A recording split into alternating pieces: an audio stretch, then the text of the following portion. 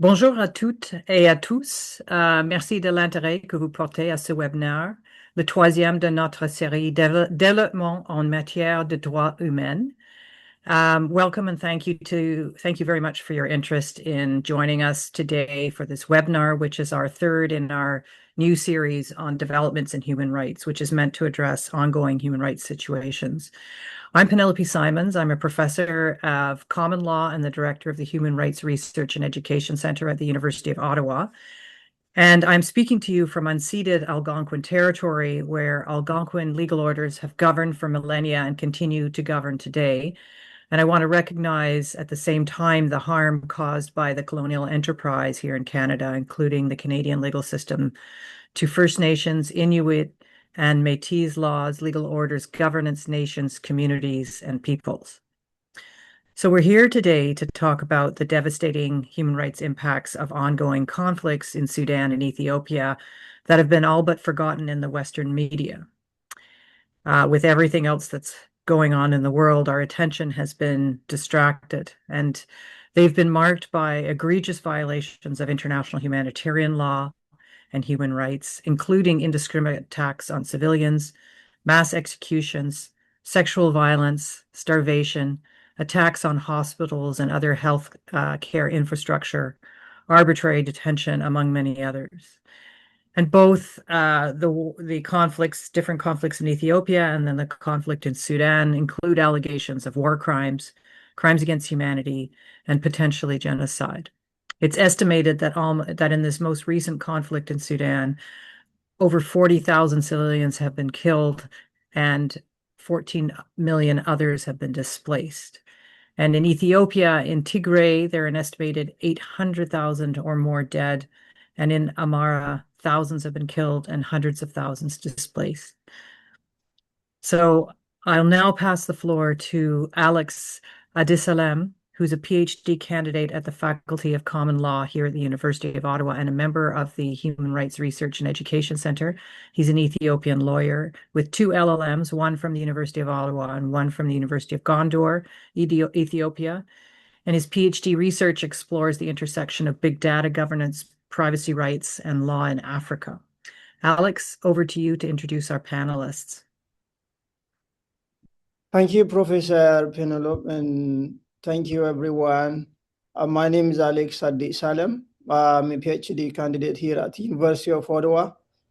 Thank you, everyone, for joining this event. And thank you, Caroline. Thank you, the team, Human Rights Research and Education Center here at the University of Ottawa, organizing this event.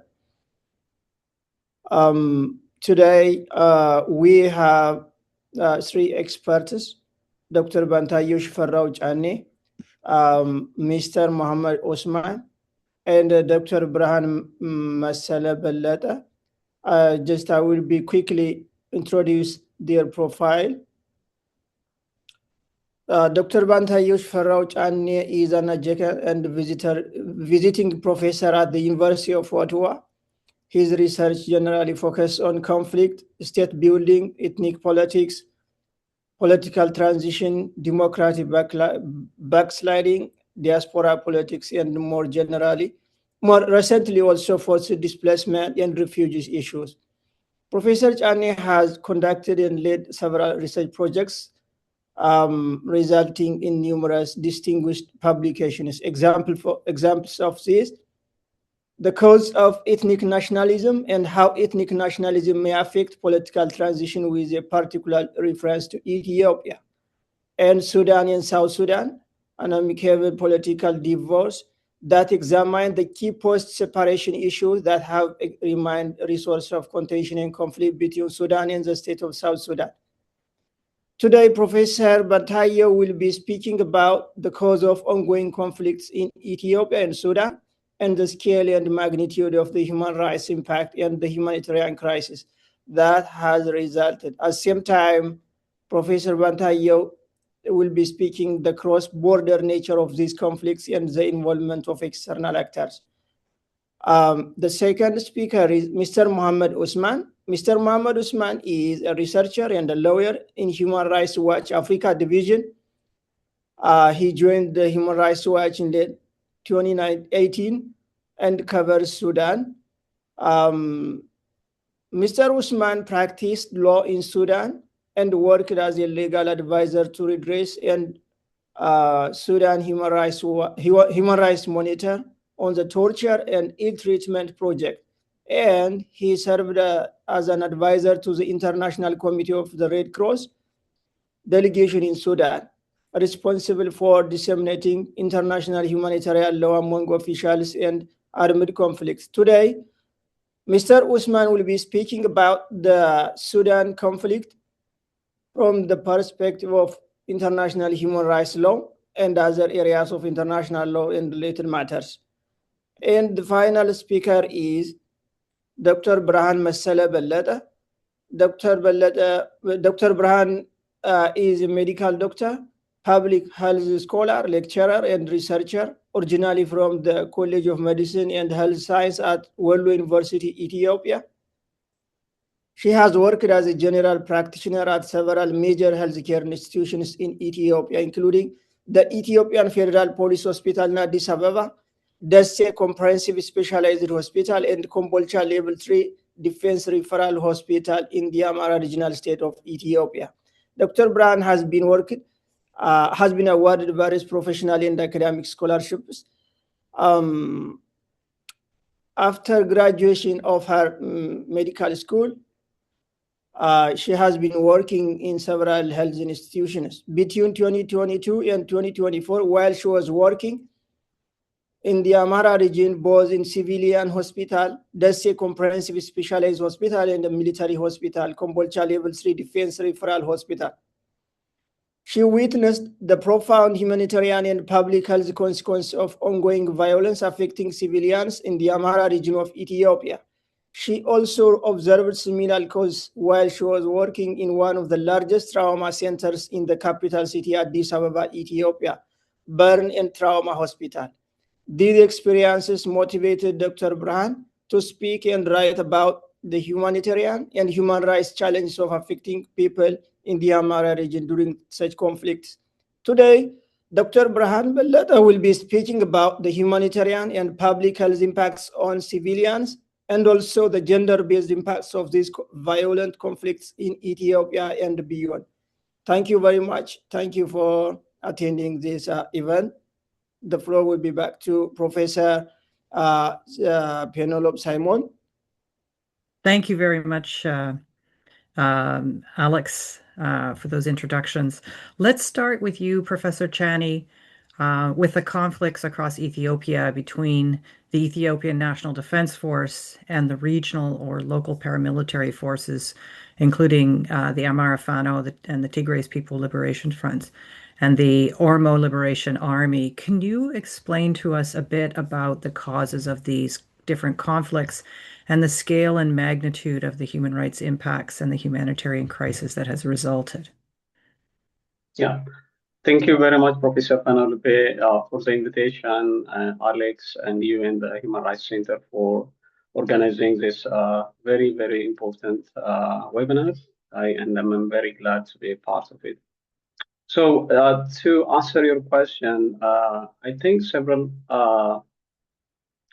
the current crisis in Ethiopia, including the conflict between the federal government and different armed groups in the country, including the Fano in Amhara region, the Oromo Liberation Army in Oromia region, and the TPLF, the Tigray People Liberation Front, could be explained, at least from my perspective, by three factors. And the first one is the derailed political transition in 2018. So in 2018, we witnessed, as a result of years of protests against the then leading TPLF, the Tigray People Liberation Front, dominated EPRDF. We witnessed some kind of reform within the leading party that gave rise to the rise of a new prime minister who promised democratic transition in the country. And in the first 2 years, 2018, 2019, there was two developments were there: political liberalization, opening up of the political space, releasing political prisoners, and revising some draconian laws, including the anti-terrorism law, which was used to securitize politics. Many veteran journalists and politicians were jailed using that law. So these were revised. And there was actually an attempt to kind of widen the political space, but it didn't last long until the government starts to prosecute individuals for speaking their mind. So, and other things included this. So this contributed to I think to the conflict in the country since 2020. The second one is the government's attempts to resolve conflicts, like war making as a method of state making in the government. Since I think 2020 has tried to resolve fundamental differences with political groups through armed force, and that has resulted in, again, because the government was crashing, was not dealing with divergent views and perspectives and citizens' grievances of human rights violations. Different groups chose to pick up arms and fight the government. So again, this contributed to the rise of the proliferating armed confrontation between the federal government and these armed groups. And the third one would be is a structural one. So we have a state building crisis in the country. There is a contested vision, like war of visions that revolves around the kind of federalism where Ethiopia has been experimenting since 1995. So I think briefly these three factors contributed to the conflict in the country, in different parts of the country. And the consequence, the impact of this conflict, the human rights violations, humanitarian impacts of this conflict is devastating. As you mentioned, in Tigray, the 2 years war in Tigray that was expanded in the Amhara and Afar regions claimed the lives of close to 1 million people. And also we witnessed, a very gross human rights violation in Tigray and other parts of the country. The current conflict in the Amhara region, where my home university is located, Bahardar University, we have, because of the conflict, we have close to 5 million children out of school. And there is this indiscriminate killing of civilians, children, women, and elders by drone strikes that don't seem to stop anytime soon. So the human rights consequence of this conflict is devastating. And we have also the same situation in of course, at different level, the scale, and in Oromia, where the government conducts these drone strikes. And also, again, in Tigray, we all know that it has been widely reported the human rights violation that took place in the region.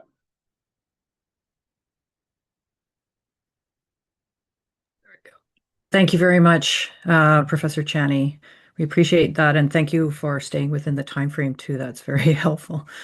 Not an easy thing to do when you're talking about 3 different conflicts, so I appreciate that. Dr. Bellet, you've been working in Ethiopia in the healthcare system, and in 2022 and 2024, you were working in the Amhara region in Ethiopia, in both a civilian and a military hospital. Could you please talk to us about the humanitarian and public health impacts for civilians of these violent conflicts in Ethiopia?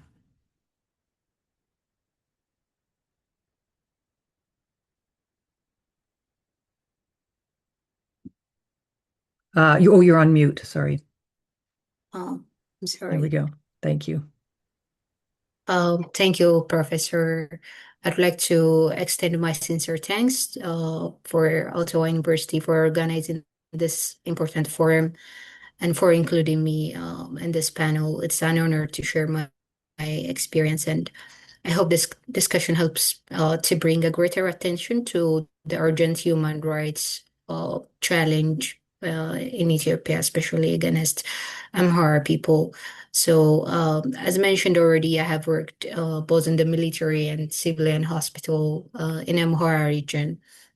I worked in this region during the time where the conflict between the ANDF and the rival group in the region was escalating, and the area was under state of emergency.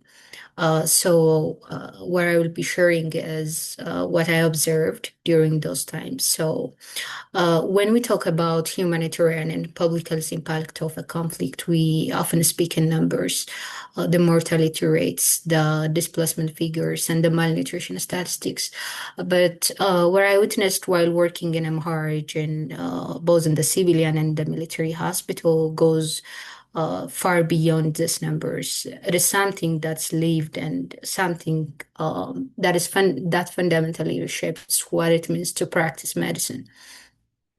So as physicians, we are trained to preserve life, to relieve suffering, and to treat every patient with dignity, regardless of who they are. But in the conflict setting, especially in the environment I worked in, Amhara region, that ethical foundation is constantly under attack. So in Amhara, the healthcare system itself became the part of the conflict. Hospitals were no longer purely place of healing. They became controlled space, sometimes militarized, sometimes restricted, where access to care depends not only the medical need, but also on the political perception, the identity or suspicion. And civilians were not just victims of the violence outside of the hospital walls, but they were often victims within the system that was supposed to protect them. So one of the most immediate public health impact I observed was restricted access to care. Reaching to the hospital became very dangerous, and civilians were stopped, detained, and disappeared without any explanations while traveling between different towns to seek care. So by the time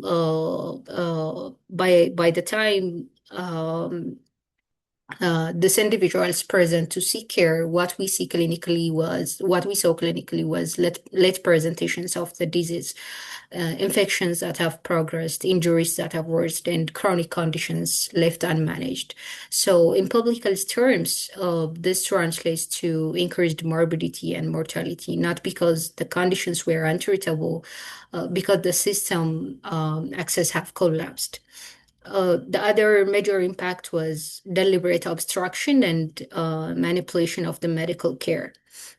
So in the military hospital I worked, I witnessed patients, civilians, being denied appropriate treatment, not due to lack of resource, but because they were labeled as political traits. Specifically between 2023 and 2024, individuals who were labeled as FANU were denied access, and we were given instructions to deny medical care to civilians with life-threatening injuries. It could be bullet injury to the chest and to the abdomen. These are patients who need immediate intervention, otherwise they won't survive. For me, this was one of the most disturbing experience of my care. Being told not to help someone in front of me who could die at any moment while being surrounded by professionals who are capable of providing care. And this creates a profound breakdown of medical ethics when care is conditional, when treatment decisions are influenced by non-medical factors, the entire healthcare system becomes compromised. And for civilians, this means that illness or injury is no longer just a medical issue. It becomes a political risk. We also saw the direct physical consequence of the violence, gunshot wounds, untreated fractures, internal injuries. These were common. But what was striking was not just the injuries themselves, but the conditions surrounding them. Many patients arrived weeks or days after being injured with infected wounds, sepsis, and these are preventable complications in a functioning system. The other one is there was a significant burden of mental health trauma. There is constant fear. Civilians lived under threat of arbitrary violence, detention, or days. I saw this patient's behavior and their hesitation to speak, and their anxiety, and their physical response to stress. Especially children's, they were deeply affected, and many had witnessed violence. They have lost family members, and they lived in a prolonged security. This leads to a long-term public health consequence, post-traumatic stress disorder, depression, anxiety disorder that often go unaddressed in conflict settings. I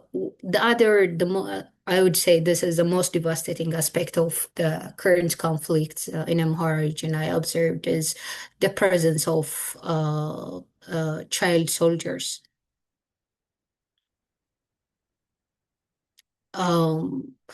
So this is one of the most heartbreaking realities I encountered during my work in the military hospital was the presence of child soldiers. These were children forced or tricked into the war. They could never understand. Many of them arrived at the hospital with injuries. Clearly, their bodies are not equipped to handle this burden. They often suffer from severe malnutrition and psychological trauma in addition to the wound they survived. And some of these children confided in me that they had been misled by the system.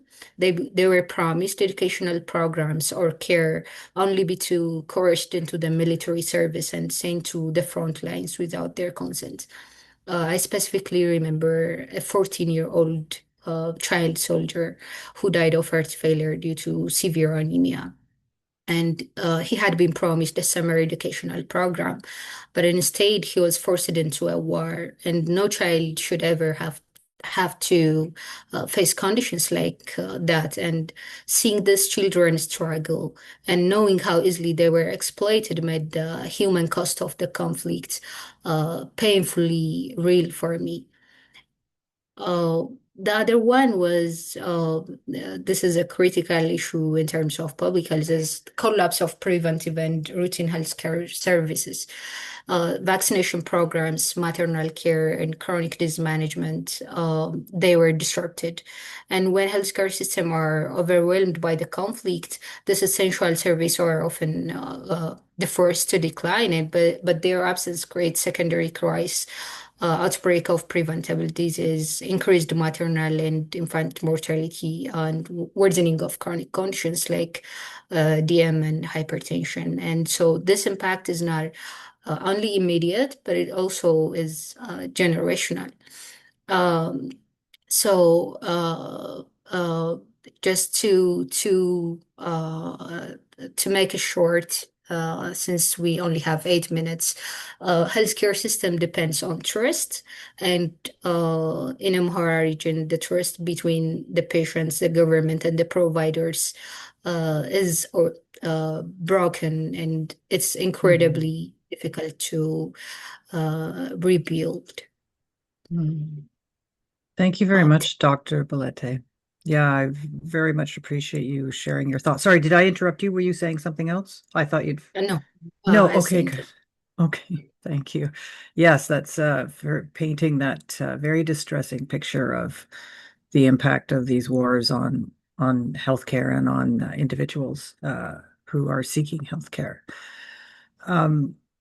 Let's now turn to Mr. Osman and to Sudan.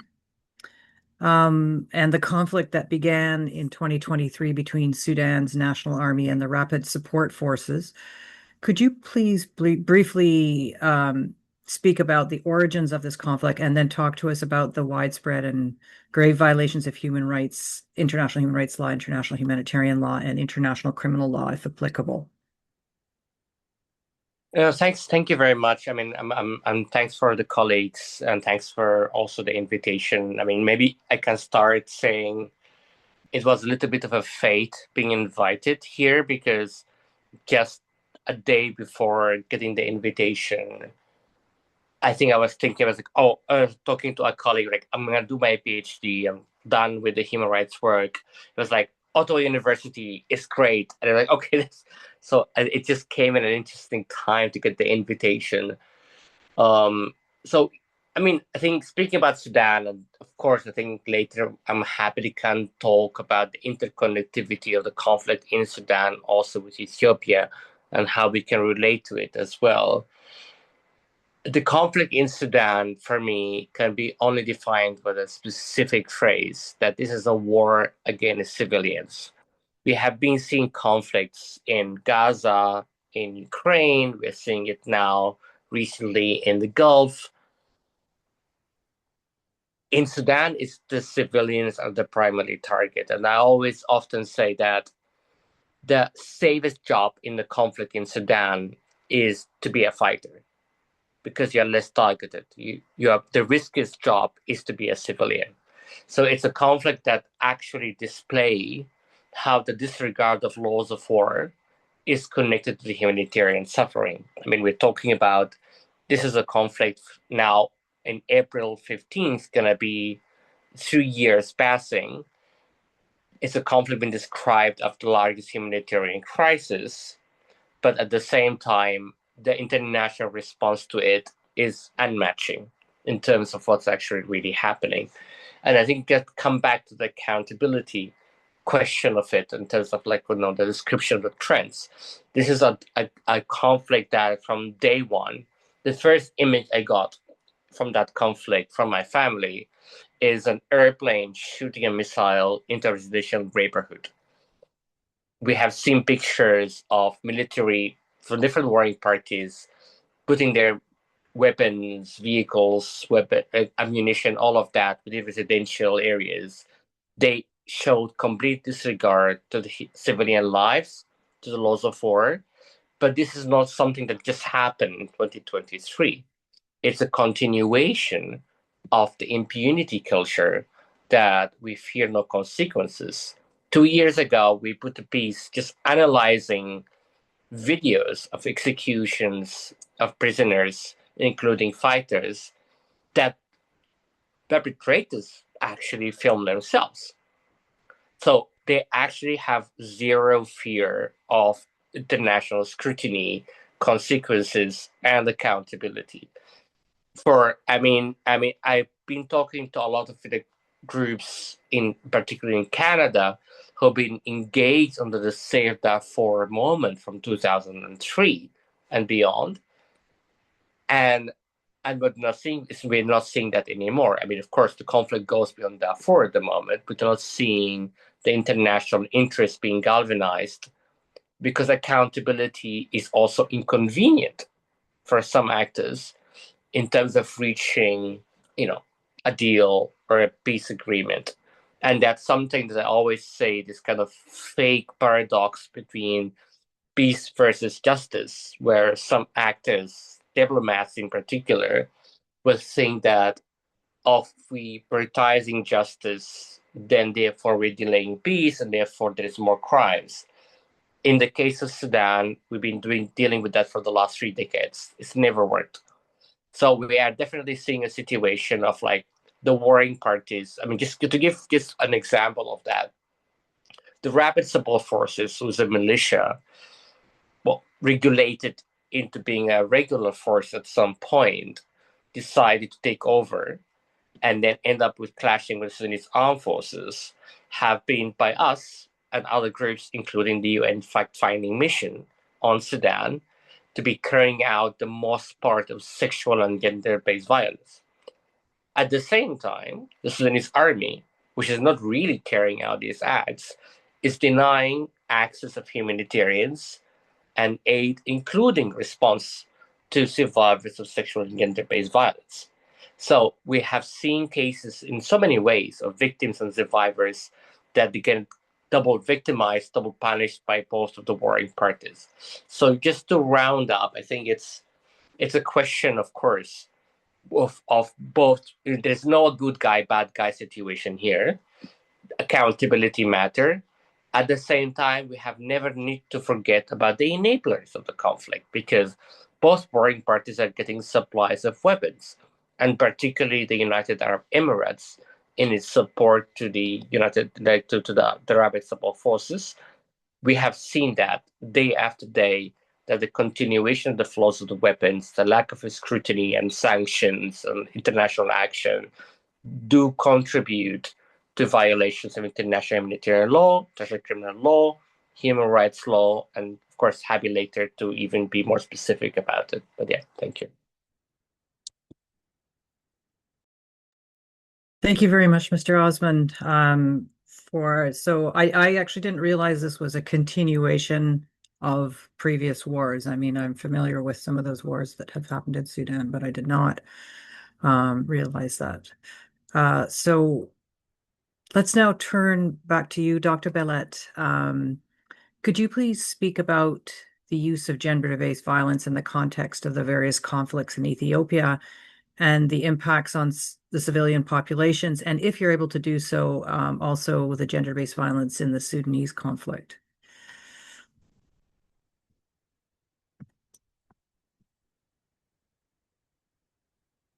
Oh, yeah, there you go. Thank you again. Thank you.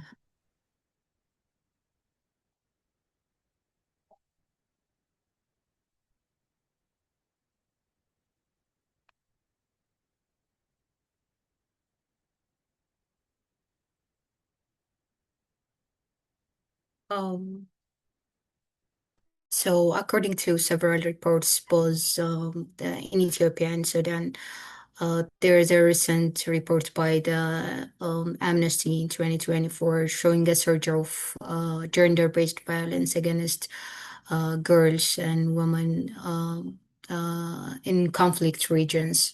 And these conflicts are also not exceptions from this trend of increased gender-based violence that's observed during conflict times. But to also focus on what I have experienced and what I experienced firsthand while working in Amhara region, I evaluated significant number of female patients who reported being subjected to repeated sexual violence, both by military personnel and also people they were not able to identify. And this woman told me that they were prohibited from reporting assaults through any official channel, and any attempt to do so would result in retaliation rather than protection. And under accepted medical standards, healthcare providers are required to document injuries, preserve evidence, and ensure that the survivors of sexual violence receive appropriate medical and psychological care.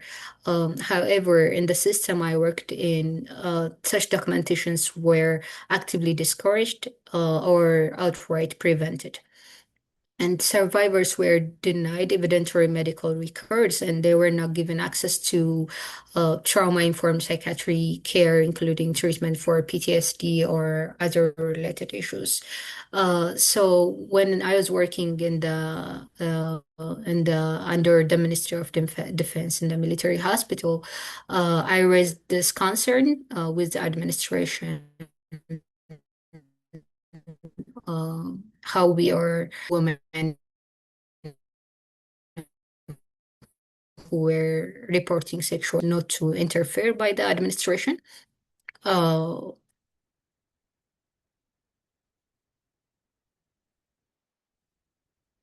And this confirms that the system is designed to conceal abuse instead of protecting the victims. The other human rights violation I observed related to sexual and reproductive health of women and their rights associated with that was regarding the issue of forced abortion.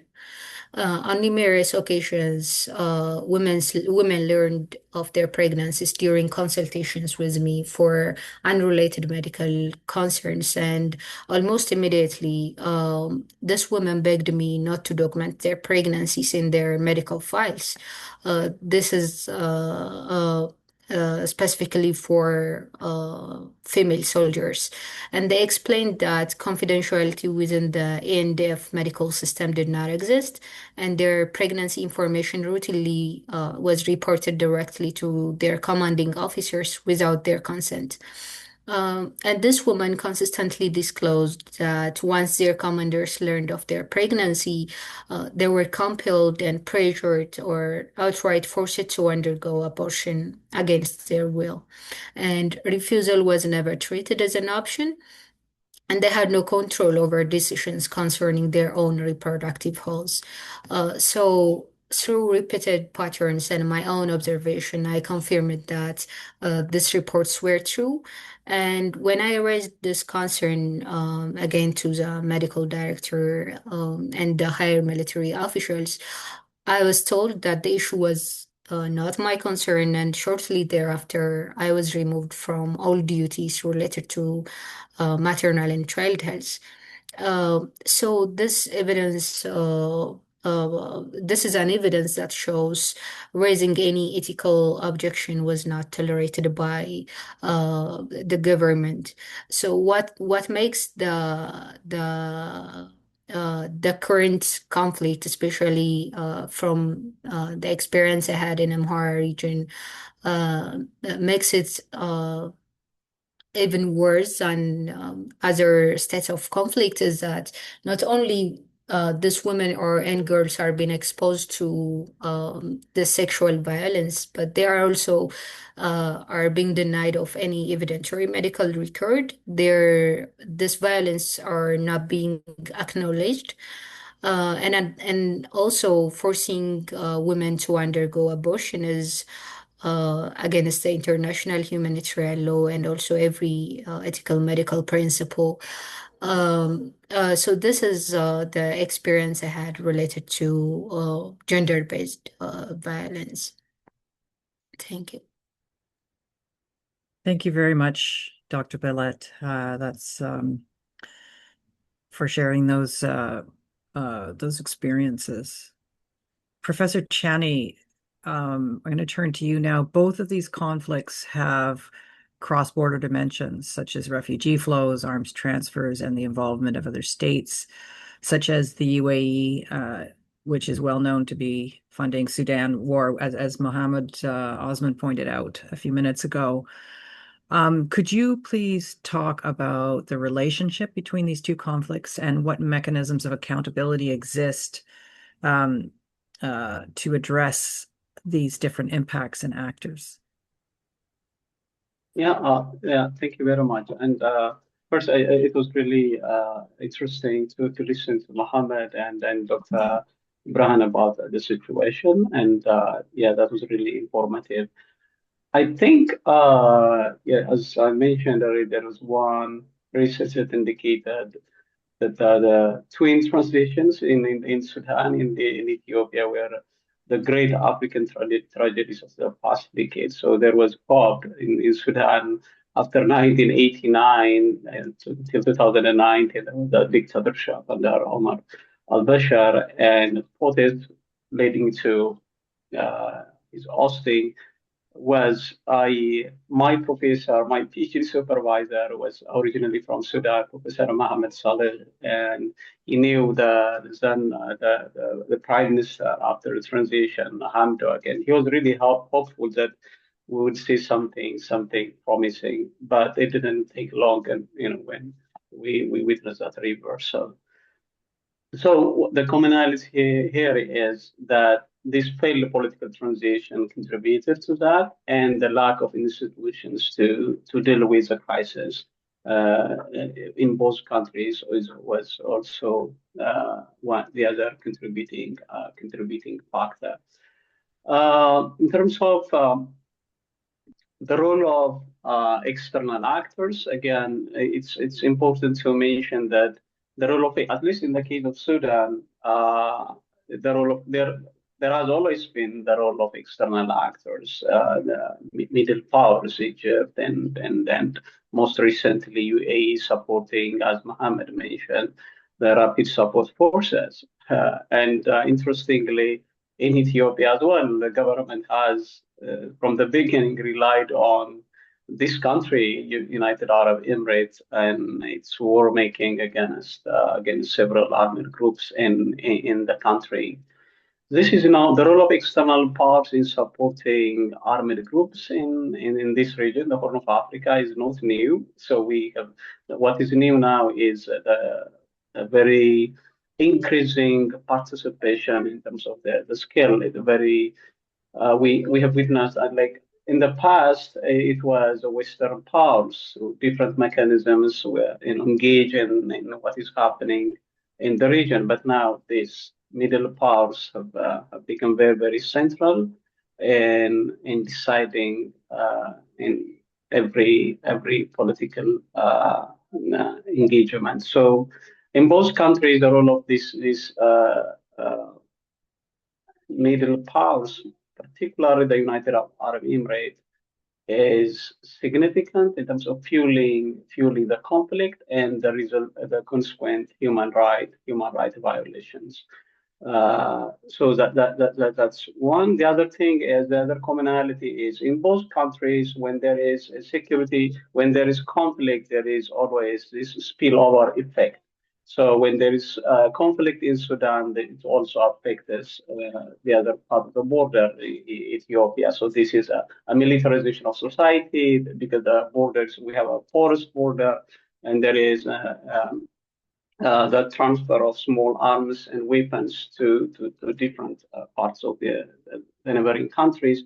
So this also contributes to the conflict. And also, one other commonality would be this foreign policy instrument by foreign countries, including Sudan, Ethiopia, this mutual subversion as a foreign policy tool. So they have some divergent national interests over the Nile and others. So the way they conduct their business is to coerce their adversary state, is to support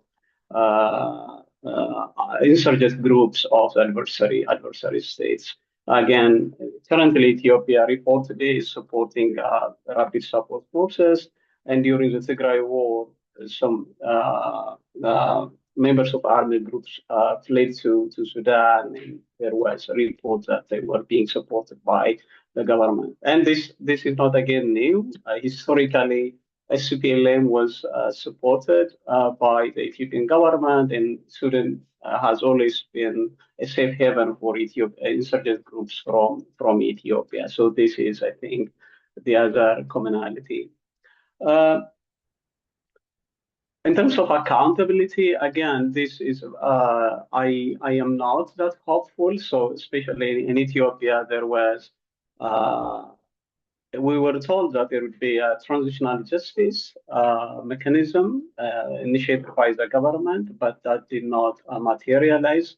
Most of the people who are responsible in committing gross human rights violations are in power, so I'm not sure if they're going to participate in anything that would bring them to sort of accountability. So I would just say that international mechanisms would help. I'm not saying that the international mechanism, the international community should own the process. We have regional organizations, no matter how imperfect they are. So it's always good to put pressure on the incumbent in the warring parties, mainly the governments, and of course, in the case of Sudan, the RSF to respect the basic rules of war and refrain from any targeting civilians and violating IHL that has been violated every now and then in both conflicts. But again, in terms of ensuring accountability, in the case of these two conflicts, I'm not that hopeful. We have not seen that for over decades now. Thank you very much, Professor Chani. I want to turn now back to you, Mr. Osman. Could you please bring a legal lens to this question of accountability? There's significant evidence of both in both conflicts of widespread atrocities, including potential war crimes, crimes against humanity, and genocide. And the Office of the High Commissioner for Human Rights released a report in January of this year talking about the shocking violence and brutality of the conflict in Sudan. And then the ICC initiated an investigation into crimes allegedly committed in Darfur since the conflict began in April 2023. So I wondered if you could sort of give us a sense of what these investigations could do in terms of ensuring accountability. And I also wondered whether or not the ICC would have jurisdiction over the alleged crimes in Darfur, given that Sudan is not a party to the Rome Statute. Yeah, thanks. I mean, just listening to Professor Chani's points as well. I mean, we can always talk about the interconnections and the relations of our countries in the region. I think there are always good stuff we can talk about, but I think between our regions, we're always dealt a bad hand when it comes to accountability. One of the questions that often being asked, especially on the Sudan side, the conflict, I mean, of course, right, the Ethiopia side of transitional justice discussions and accountability, particularly from the UN/AU joint investigations, is how you can do accountability during an active conflict. And there's always a thing around, as I mentioned earlier, about between the peace versus justice paradox.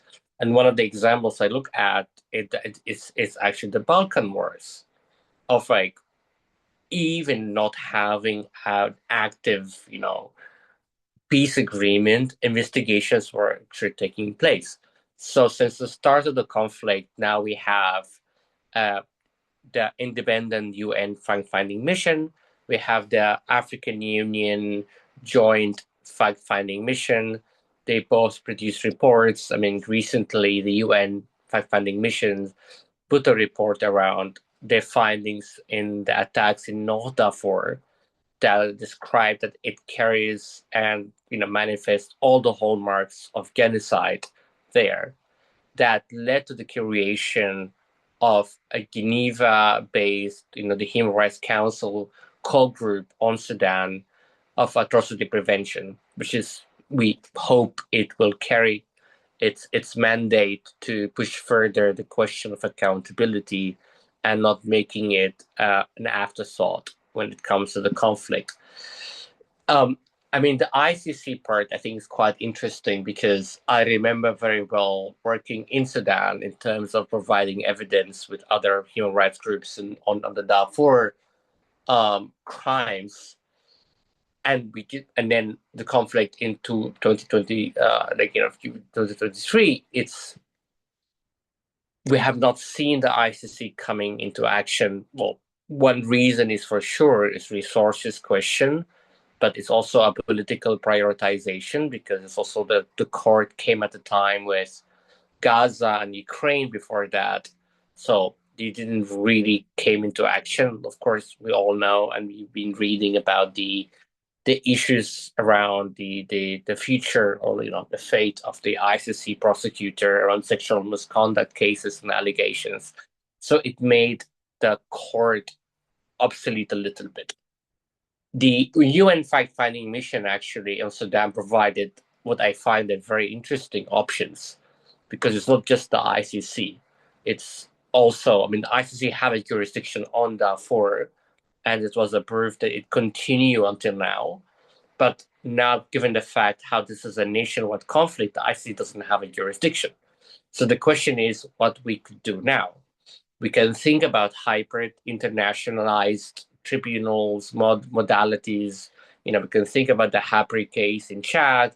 We can think about the Cambodia. We can think about, the Lebanon there's other modalities that we can reflect on. So like, there's a single bullet solution for silver bullet solution here. So that in terms of like what we need right now is a mechanism or an international support that would allow for evidence preservation, allow for Sudanese voices to talk about accountability, and at the same time, how that level of evidence gathering can contribute to justice, including universal jurisdiction as well. I mean, one of the things that we have been observing is the level of kind of, propaganda, hate speech support that is taking place in Europe by most of the warring side supporters. That could be like concrete ask of like that could happen. What could happen as well? There are arrest warrants against Omar al-Bashir and others for the Darfur crimes in the past that could actually take place right now, and that should be an ask that should not be delayed, even if it's not necessarily connected to the ongoing conflict that we're having. So I think, I guess even thinking about Canada in particular, just think about I think it was a few months ago when Canadian Prime Minister Carney just talked about kind of the solution of the world order after what we're seeing in the US. And which just has an impact because most of the human rights groups in Sudan or working on Sudan have been funded by the US aid, and they no longer have funding. And that completely destroyed the capability to monitor and document abuses, which of course also impact the ability of policymakers to make decisions around accountability at the same time.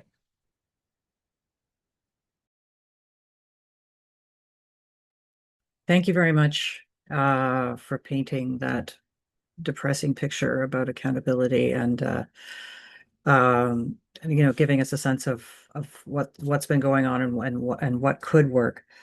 Appreciate that. We have a few more minutes if anybody wanted to make a final comment before we move to the Q&A session. If anybody had anything that they wanted to say. So is Professor Chani, did you want to add anything? Yeah, it's interesting again to listen to Mohammed. It's just in terms of accountability, it's not like I am discounting like the role of these mechanisms that we have, domestic and international. I just think that the practicality of it, the war needs to stop first because again we are witnessing this everyday gross human rights violations. And again, just citing that the Amhara region. So it has been like over close to 3 years now, this conflict going on, and we have witnessed we have 5 million children out of school, and if this conflict continues, and leaving aside the other human rights people being killed and all of that, it would have a devastating impact on the lives of people in the region. So accountability is important, but the international, if there is a pressure on the part of the international community on the government in Ethiopia and in Sudan to stop the war and bring these warring parties to the discussion table, that would be a first step. But again, as Mohammed said, documenting, recording is very important. It may not be today or a year after, but there will be a time where this accountability that we may ensure that there is accountability for committing these human rights violations. And again, so the war has to stop. And sometimes in that attempt to ensure accountability, you may sacrifice, you may see a prolonged conflict. No one wants to be held accountable for their crimes. So I think that has to be taken into account when it comes to conflicts in this region. So yeah. Thank you, Professor Chani. Dr. Billette, did you have anything you wanted to add?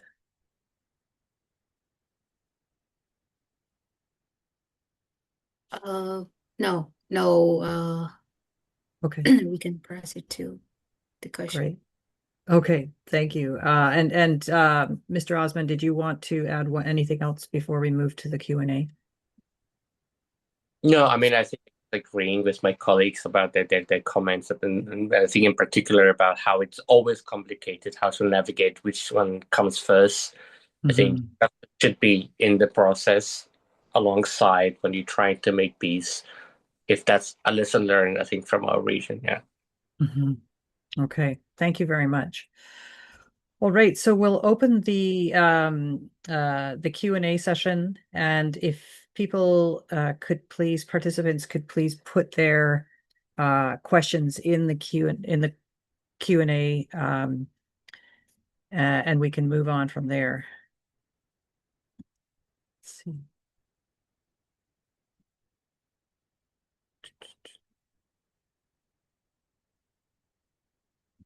I don't see any questions yet. Maybe there's one.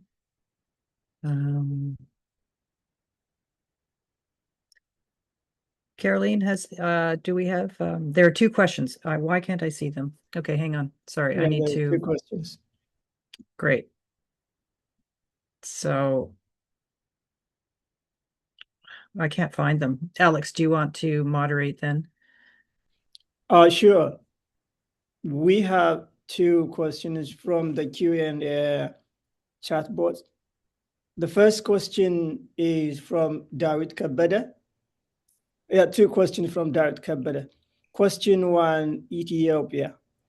Could the panelists reflect on why the conflict in Ethiopia is so often characterized in mainstream media and even in some scholarly discourse as a Tigray war, despite the evidence that significant portions of the fighting and humanitarian devastation have occurred in regions such as Amhara and Afar? In particular, how should we more accurately conceptualize the geographic scope and impact of the conflict in light of where some of the most intense and deadly confrontations have taken place? This is the first question. And the second question, Sudan. For the Sudan panelists, could you elaborate on the role of external actors, particularly the United Arab Emirates, in the current conflict? Additionally, how should we understand the role of race and identity within Sudan, given that external narrative is often homogenized Sudan as Black, while internal dynamics reveal more complex gradations and hierarchies that have shaped conflicts such as those in Darfur? Thanks, Alex. Okay, so we'll put those to the panelists. Does somebody want to, the first question on Ethiopia, Professor Chani and Professor Bellet, would you like to address this one? Dr. Brown, you want to go first, or? No, go ahead. Yeah, so thank you for that question. Yeah, there is always that imbalance in terms of reporting what is happening in Ethiopia. I first witnessed that in the Tigray war in 2021. I was at the University of Michigan as a research fellow, and my supervisor, who was the first U.S. ambassador in South Sudan, and we always argue about on what is happening in Ethiopia. So the situation in Amhara and Afar region was not as reported as the Tigray crisis. So that has to do, I think, with the fantastic job that Tigray human rights activists and scholars have done in terms of reporting the human rights violations and targeting of women and children and destruction of schools and health facilities and all of that. So that, I think, contributed to that. And the second one is we sometimes forget that the TPLF was in charge for nearly 3 decades as a hegemonic, with a hegemonic role in Ethiopian politics and government. So from 1991 to 2018, and it has its own mechanisms to influence international media and also foreign policymakers in the US, in the West particularly. That is why we witnessed like a lot of statements from the US State Department about the situation in Tigray, but a very big negligence about what was happening in the Mahara and other parts of the country.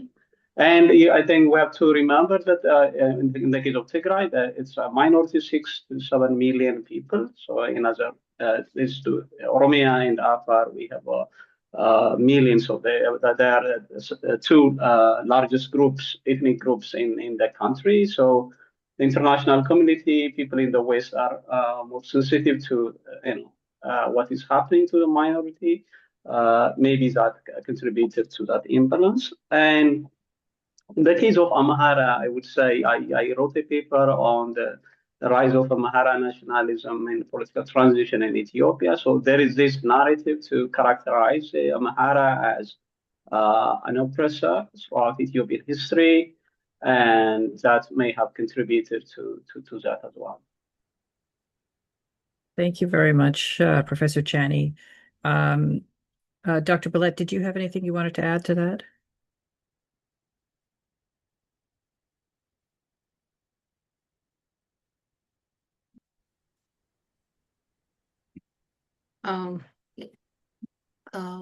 Yes. So as Professor Turney mentioned, I think this is an oversimplification of the way the war has been reported. There, clearly, the coverage is very narrow when it comes to the current conflict in Amhara. The conflict in Tigray occurred prior to the escalation of the current conflict in Amhara region, and the representing the war as a Tigray war, I think is not accidental. I think it is an intentional term used to underrepresent the war as another war that was by the ANDF against Amhara people. When it's termed as a Tigray war, it's only seen as an extension of or the residual of the conflict that went on prior to during 2020.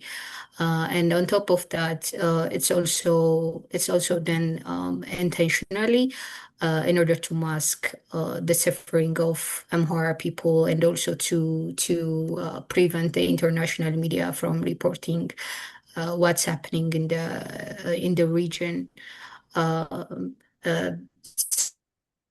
Since the Tigray war had a wide international coverage, reporting the war as a Tigray war would just make the current ongoing conflict look like an extension of the war, as I mentioned. So it's clearly a different war from the Tigray war, and it also targets a different ethnic group in Ethiopia. Thank you very much, Dr. Billette.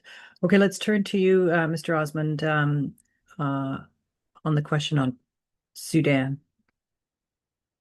No, I mean, I think it's a very good question. I mean, just also hearing my two colleagues also speaking on the side on Ethiopia, I think it's a question of narrative about who is able to tell the story of what's happening.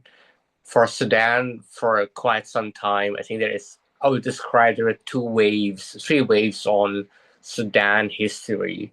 One that was pretty much connected to what being described as a civil war in South Sudan, and of course, the images that many of us remember and the atrocities that was connected to it, and then the Darfur side, and recently, before the conflict, is the hopeful civilian transition.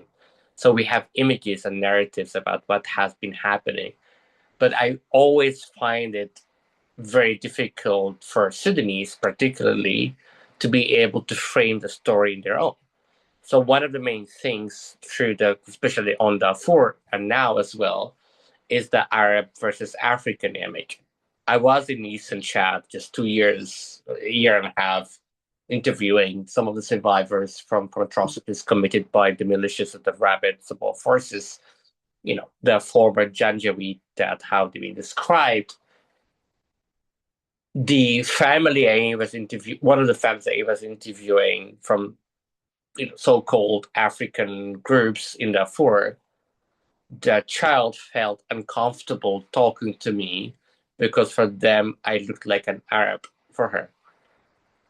After a few hours on the same day, I was interviewing a family from the so-called Arab groups, and they felt uncomfortable talking to me because I looked African to them. So I think race, ethnicity is always a factor. I think the question is always how it has been manifested and manufactured through this conflict. And this conflict is a combination of decades of unresolved conflicts, which is, we think about Darfur in particular, but it's very political, and that's in some ways a segue to talk about the external actors to why they support this conflict. So clearly, if we think about the Arab Emirates in particular, the investment they've been doing in terms of weapons, in terms of the political support, just like I remember very well, really early in this conflict in 2023, 2024, I wrote an article that I put in a Jazeera website. I mentioned the UAE effort to silence Sudan mentioning at the level of the Security Council. An hour after, I got an email from a Jazeera saying, we can't do it. The UAE already contacted us and said we cannot mention them. So they're always keen in terms of silencing any mention or reference to them. So external actors matter without discounting the domestic actors at the same time. And this is, I think, one of the struggles we do on the Sudan work, that global actors, right? If you think about Canada, US, the UK, EU, all of them, they see Sudan from the perspective of how that will impact the relationship through and with the external actors as well. Yeah. Thank you very much for that. Can I just jump in with a question? Because I did read somewhere that gold mining was one of the reasons why the UAE was interested, or if I might have got that wrong, but could you say a little bit about that, because it brings in a business and human rights perspective? No, it's actually, I guess that the last week I was in Zurich in Switzerland, and there's a discussion that came up about gold. I mean, Switzerland is a key actor in terms of gold, particularly from the United Arab Emirates. The Sudanese army, which is in fight with the rapid support forces and therefore in fight with the UAE interest to support, both of them, they actually the army continued to export gold to the United Arab Emirates. So that's, I find it fascinating, talking to some of this group who are documenting that. So they don't really care as much they're getting profits, and they kind of later figure out. But gold is definitely an essential piece to it. But it's also the Red Sea. I mean, now we're seeing the impact of the blockade in the Hormuz Strait affecting all of us. I mean, even me living in Europe, everyone is kind of freaking out about it. So it is about profit. We can all have conversation about the kind of the race and the ethnicity, and they always matter to look at the localized dynamics and triggers. But there is always a bigger picture when it comes to profit and the need for international global action to increase the cost on the warring parties, to say you cannot profit anymore. Gold is a very good example of that. We're going to restrict your gold export to Europe, Canada. I mean, Canada is the first country through al-Bashir time to invest in gold in Sudan, despite global sanctions. Yeah, I don't find that surprising, unfortunately, given our mining sector. Yeah. Okay. Thank you. All right. We have a couple more questions. Sorry, go ahead, Alex. You go ahead. Yeah. Yeah, maybe just if you have time, we have more. Oh, I think 3 questions. A question from Aliza Malik. Could you elaborate ways humanitarian aid access can be secured and delivered given the conflict? This is just one question. And another question from Lina Yishak.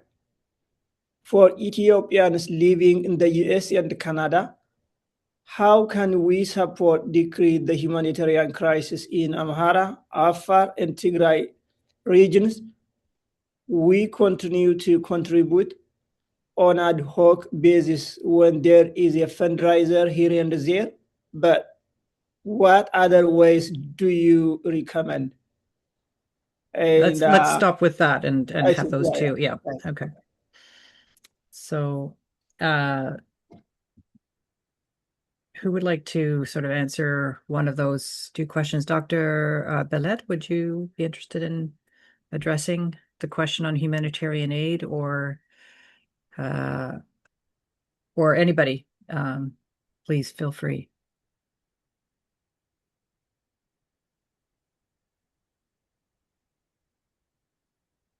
I mean, I can only talk about it from the Sudan side, so just relevant. I mean, I think it's a question. I mean, we're having the international conference on Sudan on April 15th in Berlin, where I am at, to mark the 3rd year anniversary. And always the conversation we have is about the humanitarian access. And I think it's a very important conversation to have. I think what sometimes happen, first, I worked at the UN system for a bit, but I think for other people that we think the humanitarian access is technical. It's about tons of food, visas, access. But humanitarian is also political. I mean, in the conflict in Sudan, and I know in the conflict in Ethiopia as well, part of the reason why people suffer is not just because they don't get aid, it's because their food systems, their livelihood being shattered through international humanitarian law violations. So it's an important way to encompass like the humanitarian conversation and access and consequences. And this is again, I think there's a question of sanctions and the questions of how the system can be galvanized to be like, no, most of the humanitarians for different reasons be like struggling with the access question because they don't want to speak. I mean, just I think yesterday, and that Doctors Without Borders put a very, very strong report around sexual violence in Darfur. And they did that, and they say, you know what, like we're not going to worry about access anymore. We need to speak up. I worked at the National, Committee for the Red Cross. We always struggled with speaking up versus access. What all of the humanitarians need is international member states backers to say, we are behind you, speak up, we're going to force for your access. Thank you. Dr. Billet, go ahead. Yeah. So I think one of the ways that diaspora community can contribute to alleviate this humanitarian human rights violation is through advocacy and awareness. So the diaspora community can lobby to local government and international institutions to prioritize humanitarian access and protection of civilians and funding for emergency relief.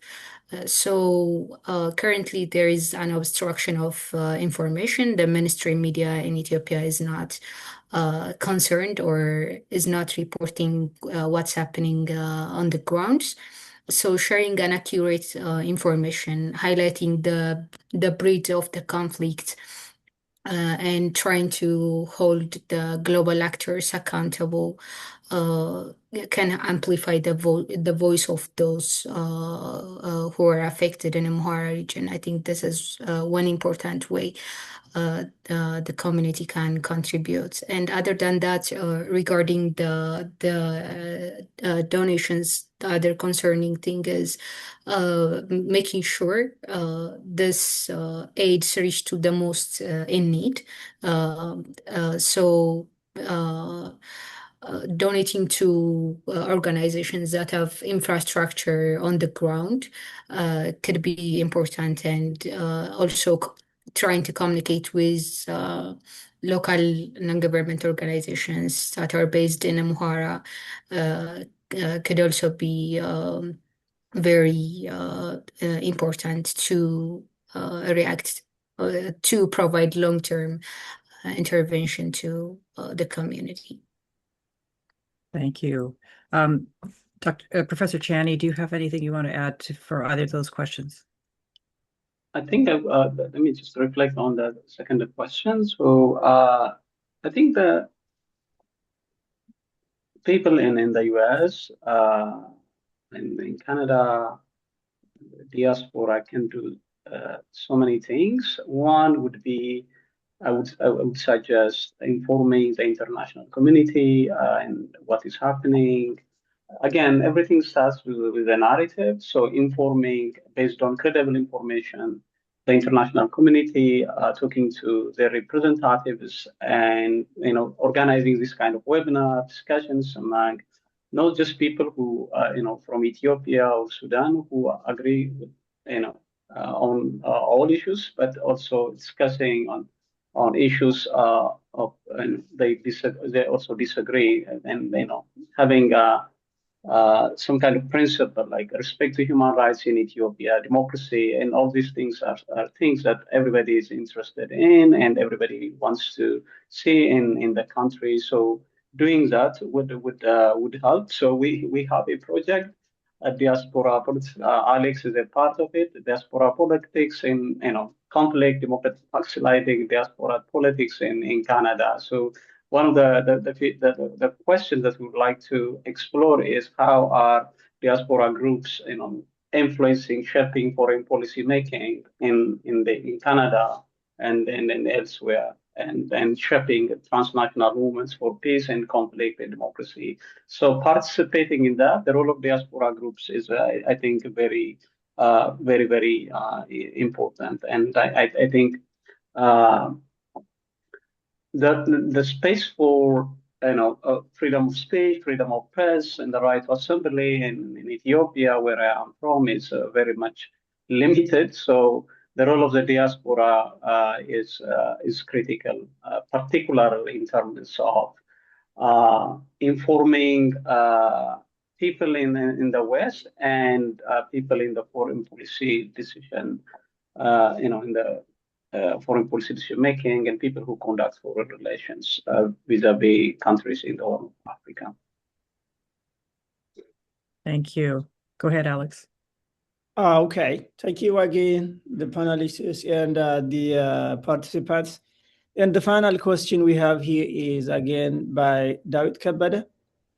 As a scholar of the Horn of Africa and a PhD candidate at the Balsali School of International Affairs, I would be interested in your reflections on how Gulf states have emerged as increasingly influential geopolitical actors in the region. In particular, what explains their growing strategic, economic, and security engagement in the Horn of Africa? What are the implications of this shift for human rights, especially given the differing governance models and human rights records when compared to Western actors?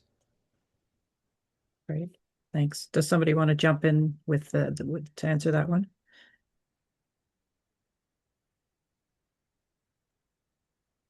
Go ahead, Professor Chani.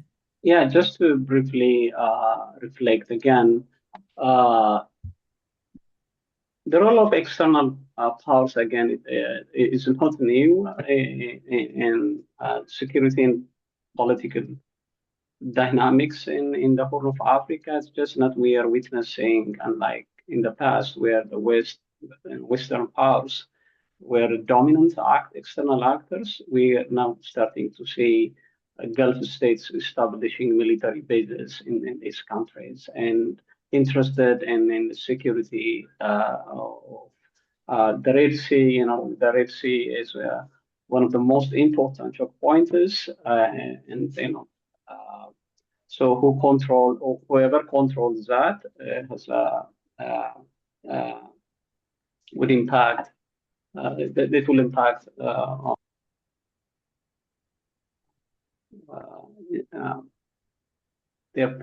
their power projection. So that's why they are engaging. There is geography that is also involved, and there is the issue of maritime security, and Gulf states are mostly focused on oil as a source of revenue. Now they've decided to diversify their economy, and the Horn of Africa is a good place to achieve that.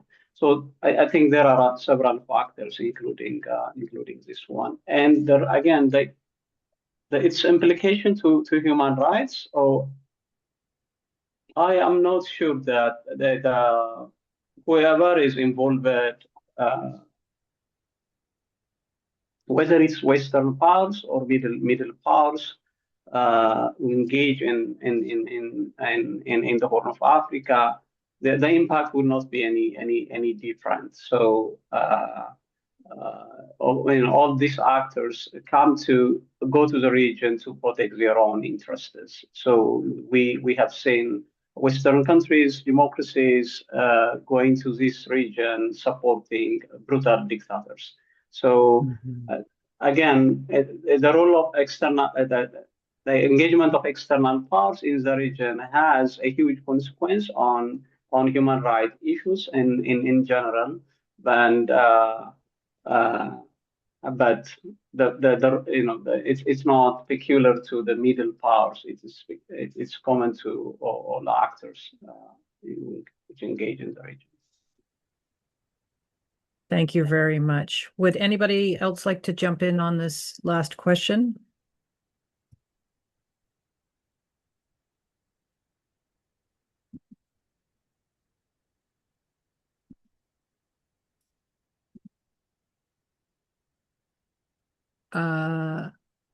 Dr. Bellet or Mr. Osmond, if you had any final thoughts?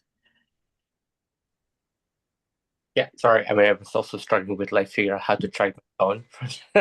Yeah. But no, I mean, just thinking about different discussions overall, I think just how we are so interconnected again with the impact of different wars and conflicts. And I think that's just, again, bringing the point home around humanity, human rights, and why it matters. Because at the day, many of the conflicts we're seeing, I mean, I live in Germany. I see how the failure of Germany, we know about the denazification through the Germany reunification as well, but it wasn't really a question of a criminal accountability. It was, a political accountability. And we see it in Sudan, we see it in Ethiopia, we can see it in Eritrea and Somalia and other places in the world. I think just the question of kind of really focus on the principles that bind us together at the end of the day, and that matters. I mean, the last thing I want to say, I mean, I studied in the UK. I worked in a human rights clinic. I always find human rights centers, clinics are such a key institution in terms of bringing praxis. We're not really all rosy stuff. It's very important. So again, I'm very happy to have this space, and hopefully that can also inspire us a bit to think forward. Thank you very much, Mr. Osmond, and Dr. Bellet, if you have any final thoughts on this or anything that was discussed in the I truly appreciate the organizers for organizing this forum for us to discuss about what's going on in especially in the Amhara region of Ethiopia, because that's a very neglected human rights crisis in Ethiopia, and it really requires to gain attention and coverage from the international community. So I really appreciate this forum, and I hope this brings a better understanding and lead to an action. Okay. Thank you very much. All right. Well, I guess it turns to me then just to thank everybody. I want to thank particularly all of our panelists who have shared their time and their deep understanding of these two devastating conflicts and the impact on civilians and human rights. And then I also wanted to shout out to Alex for all the work he put into developing this event and to thank him very much. And then to thank Carolyn Fauché and Viviana Fernandez as well from the Human Rights Research and Education Center. Thanks very much, everybody. Thank you very Thank you. much.